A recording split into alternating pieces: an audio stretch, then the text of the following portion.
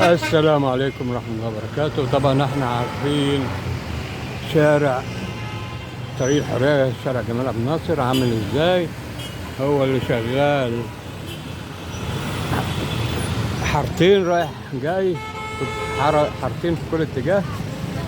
المشروع ده لزيادة عدد الحارات، مضاعفتها يعني، يبقى 4 حارات رايح و4 حارات جاي.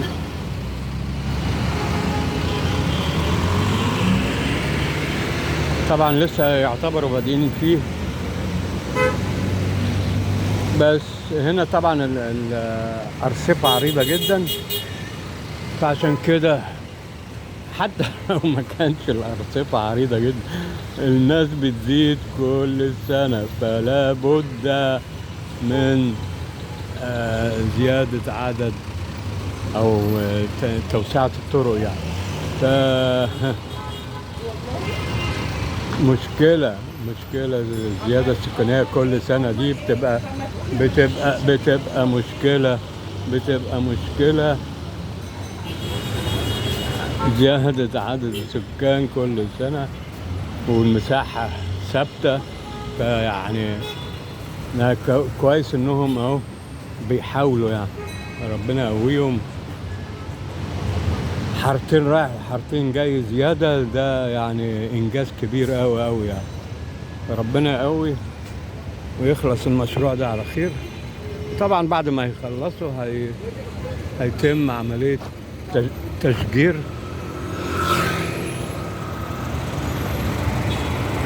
شوف الطريق عامل ازاي،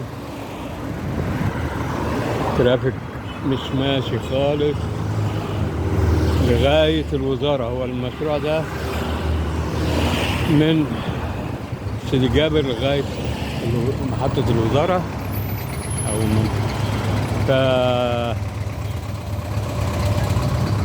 طبعا على الناحيتين، الناحية التانية برضو شغالين فيها، بس هنا عشان محطة الوقود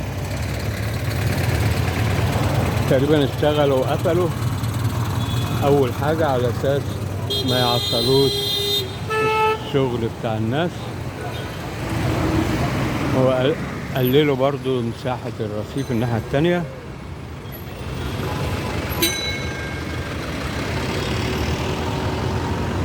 هيعمل فرق طبعا لازم يعمل فرق مهول كمان، مش فرق بسيط. لما تحول المساحة للضعف أو عرض الطريق للضعف طبعا يعمل فرق كبير جدا يعني. هما تقريبا هنا خلصوا الناحية دي، قللوا مساحة الرصيف وعرضوا الشارع اهو من اول هنا. لسه بقى ما نزلش الاسفلت.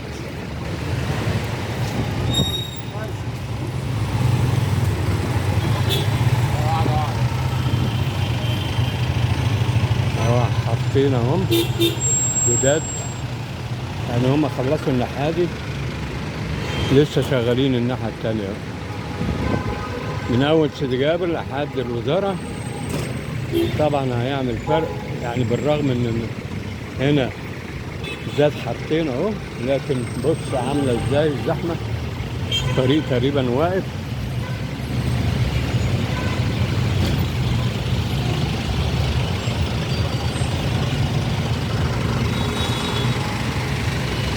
ربنا يقوي. هو كل مشروع من دول بيعمل فرق برضه يعني، مشروع ورا مشروع ورا مشروع، كل مشروع يسهل العملية شوية، بدل ما يتحول اسكندرية لجراج كبير محدش يقدر يتحرك فيه. بص العربيات ما بتتحركش، ما في يعني ترافيك واقف، مع ان زودوا حاطين اهو، بس برضو ما ده حاجة طبيعية يعني. الناس بتزيد والعربيات بتزيد، فيعني طبيعي يبقى الزحمة دي، بس لازم برضو يبقى فيه توسعة للطرق على قد الإمكان، قدر الإمكان. عشان كده بنقوله لو اتعمل مترو الرمل كله علوي. اولا هيتم اكتساب محور موازي لجمال عبد الناصر تقريبا، يبقى اكتسبت محور وفي نفس الوقت وسيلة مواصلات اسرع كتير واحدث كتير، وما يبقاش فيها مشاكل بقى ماس كهربي وعربية تعطل وعربية تخرج من المسار وعربية تتحرق زي ما شفنا اليومين اللي فاتوا دول. فربنا يقوي ويسهل ويعين الناس اللي شغالة، اللي هي البلد مليانة هموم، يعني مليانة هموم عايزة تتعمل وفي أسرع وقت ممكن، وعلى رأسها طبعا مترو اسكندرية وترام الرمل، خلاص الكورنيش على وشك انه ينتهي، وتوسعة شارع ابو قير، وكل الشغل اللي بيتعمل زي مصطفى كامل برضه شغالين فيه توسعة وسفلتة يعني ما فيش مكان ما فيهوش شغل، ومع ذلك بص الزحمة عاملة ازاي. فاحنا مش هنطوله على حضراتكم، يا ريت لا تنسونا في الاشتراك واللايك والشير عشان يجيلكم كل جديد بإذن الله على قناتكم، قناة اسكندرية مع ماجد المصري.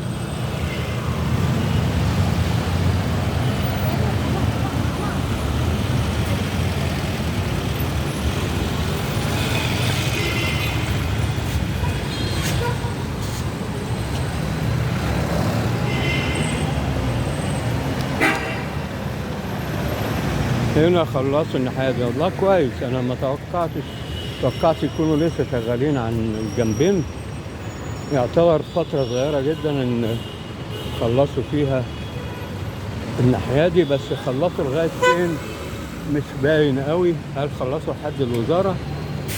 مش واضح من هنا.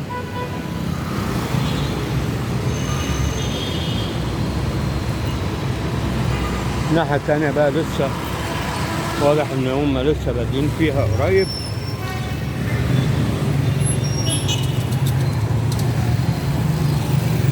فلسه قدامها شوية وقت يعني.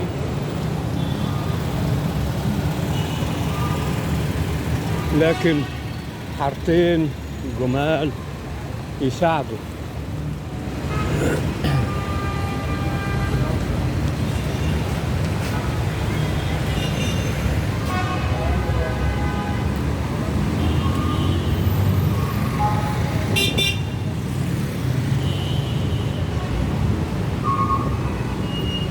لا واتعمل أرصفة واتعمل الانترلوك ومية مية.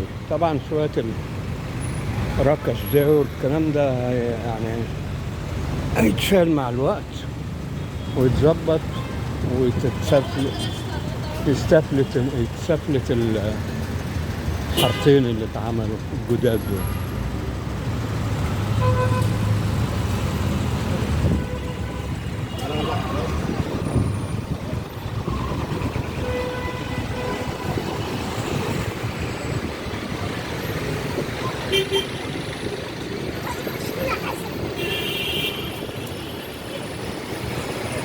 شغالين هنا انترلوك اهو.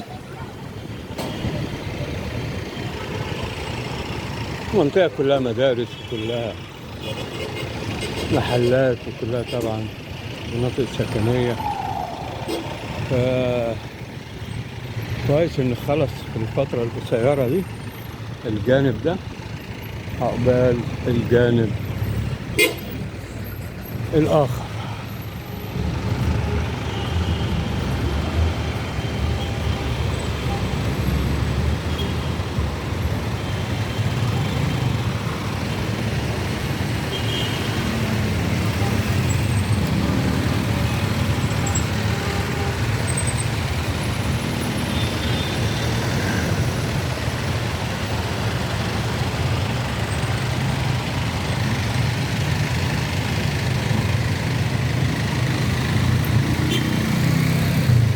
شوف السكة عاملة ازاي، واقفة حرفيا، سكة واقفة مش بتتحرك. وده بعد حارتين جداد، فما بالك قبليها كان عامل ازاي بقى.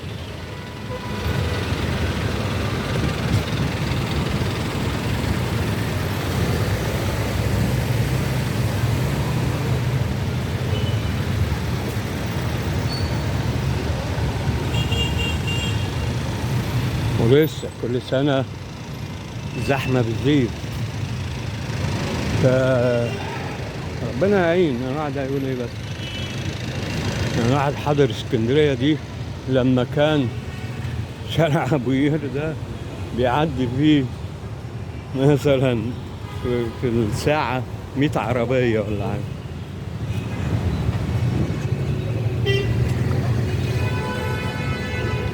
دلوقتي ال 100 عربية هنا اهو حوالين البلوك هنا في الحتة دي، اللي كان بيعدي في الساعة كلها ال 100 عربية دول.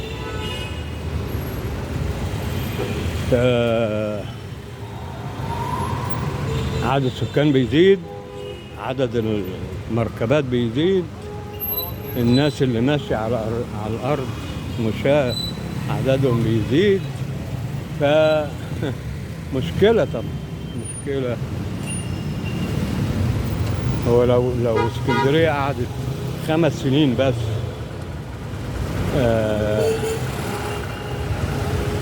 عدد السكان ما يزيد، الدولة تلحق تعمل حاجة وتلحق يعني تعمل شوية مشروعات كده بحيث انها تعوض الزيادة السكانية، وبعد كده زيدوا بقى المعدل بتاعكم الطبيعي. بس 5 سنين بس هي عشان الدولة تلحق.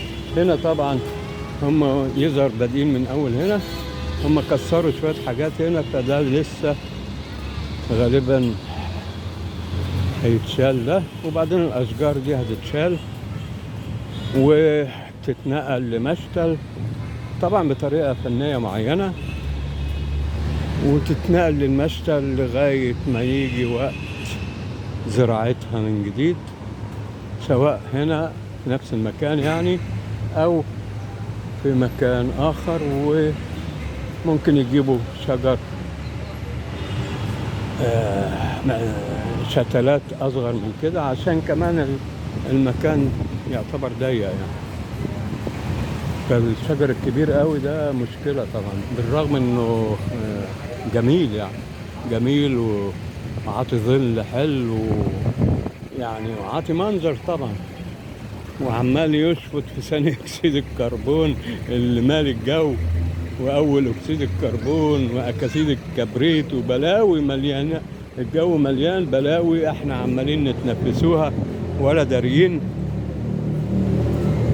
وفي نفس الوقت بيطلع اكسجين يعني بيعتبر بيجدد الهواء او الهواء اللي احنا بنتنفسوه. فكل ما تزداد الشجر طبعا او التشجير كل ما كان افضل لصحة البني ادمين. فهي المنطقة هنا من مصطفى كامل لغاية سيدي جابر واضح ان يعتبر لسه ما بدأوش فيها، هم بدأوا من مصطفى كامل يعتبر لغاية الوزارة، خلصوا الناحية الجنوبية او الناحية القبلية من الشارع من الطريق، لغاية فين مش باين قوي، بس هنتابعه ان شاء الله مع حضراتكم في الفترة اللي جاية ونشوفوا ايه اللي بيحصل. شوفوا السكة عاملة ازاي، سكة واقفة حرفيا.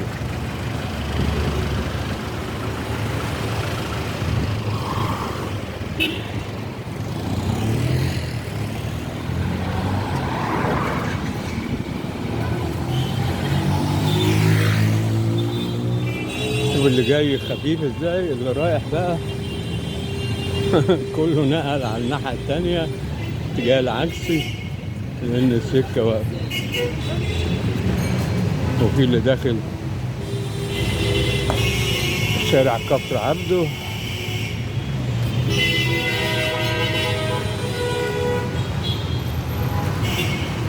مش فاكر كان اسمه ايه الشارع هنا ده. المهم كان قافلين عليهم اللي داخل الشمال، فكل الحفر ده هيتعمل منه حارتين جداد في الناحية دي من سيدي جابر لغاية محطة الوزارة. فهنتابع ان شاء الله مع حضراتكم اللي جاي الفترة اللي جاية دي، بس خير ان شاء الله خير. ولا تنسونا في الاشتراك واللايك والشير عشان نجيب لكم كل جديد بإذن الله. والسلام عليكم ورحمة الله وبركاته.